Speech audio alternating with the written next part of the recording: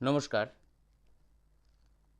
কিছুদিন আগে আনন্দবাজার পত্রিকার গত 15ই মার্চ 30শে ফাল্গুন সোমা মুখোপাধ্যায়ের কলমে ভোট আসছে, কেমন আছেন মেয়েরা, এই খবরটি আমাকে দারুণভাবে ছুঁয়ে গিয়েছিল।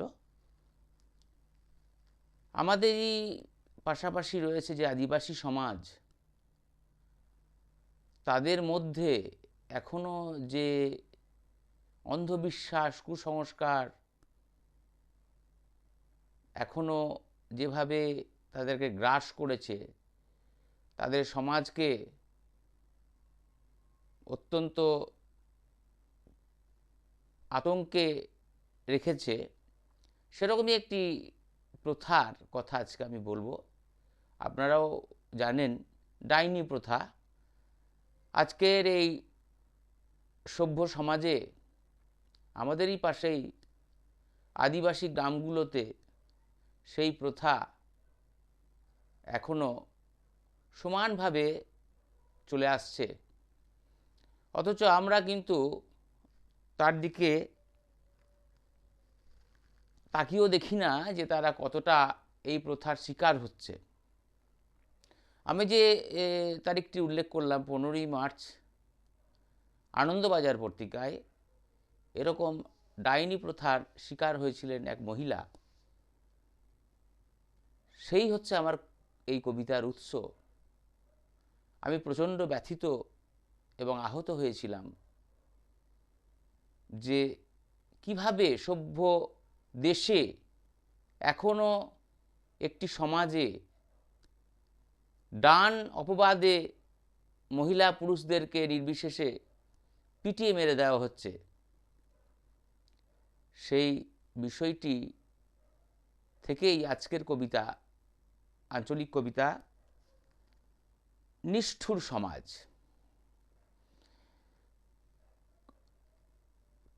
পরিবারের স্বার্থে এবং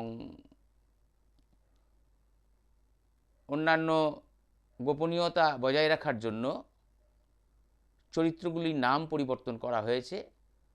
অবশ্যই কবিতা লিখতে গেলে সত্যাশ্রয়ী কবিতা হলেও তার সঙ্গে কল্পনা সংমিশ্রণ ঘটাতে হয়। এই কবিতায় তাই সত্য এবং কল্পনা এই দুইয়ের সংমিশ্রণে আমি এই কবিতাটি রচনা করেছি। আপনাদের যদি এই কবিতা ভালো লেগে থাকে তাহলে আমি ধন্য হব। আপনারা অতি অবশ্যই এই কবিতা ভালো লাগলে আমাকে জানাবেন, আমি কৃতার্থ হব। আর ভুল ত্রুটি নিশ্চয়ই মার্জনা করবেন। এই বলি শুরু করছি। আদিবাসী সমাজের ডাইনি প্রথার একটি জলছবি, নিষ্ঠুর সমাজ। তাহলে শুরু করি। আঞ্চলিক কবিতা নিষ্ঠুর সমাজ। বাবু, আমি সুহাদ টুডু, একটু আদিবাসী ছেলে। আমার মেঝেন কাপার মনি কাজ করত মিলে। ঘরে বুড়া বাপ মা আর একটু রয়েছে মেয়ে। মনিকা নামটো তার, পড়তো স্কুলটোতে গিয়ে। সুখে দুঃখে কাটতো দিন সবাইকে সঙ্গে নিয়ে। ভাবতাম মেজেন্টো দিবে এই জাতিটোকে জাগিয়ে। কাপ্পার মনি শিক্ষাত ছিল, বলতো জ্ঞানের কথা। সাঁওতালদের দুঃখে কষ্টে মনে দারুণ পেত ব্যথা। ছোট ছেলে মেয়েদের সঙ্গে করে স্কুল নিয়ে যেত। মাস্টার দিদিমণির কাছে গিয়ে ভর্তি করে দিত। সবার যাতে ভালো হয় বুঝাতো নিতিদিন ধরে। মোরলের হিংসা হলো, ওটা দিন দিন যেচে বেড়ে। যেমন করি হোক ওকে নিকেশ করতে হবে, না হলে মেজেন্টো এই গাঁয়ের লিটা হয়ে যাবে। কালী পুজোর গেট দিন রাতে মিটিং হলো। মুরলের কথা মতো 4 গোলা মদ এসে গেল। মোড়ল বললে, কাপার মনি একটু ডান বটে, কাল দীক্ষা আমার সঙ্গে চাপুর ডাঙ্গার হাটে, চুল খোলা, সিথায় সিঁদুর, চোখে আগুন জ্বলে, বলে মোড়ল কা গাঁ থেকে লিসা করা দে তুলে।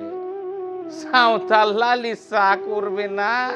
আরে বলিস কি রে ছুরি, মুরলের উপর কথা বলিস? দেখ তোকে কি করি। ছেলেগুলাকে বস করেছে, সব ঘরে ওয়ার পিছু। ওর ভাসুর ছিদাম বললে দাঁড়ির মাথা করে উঁচু।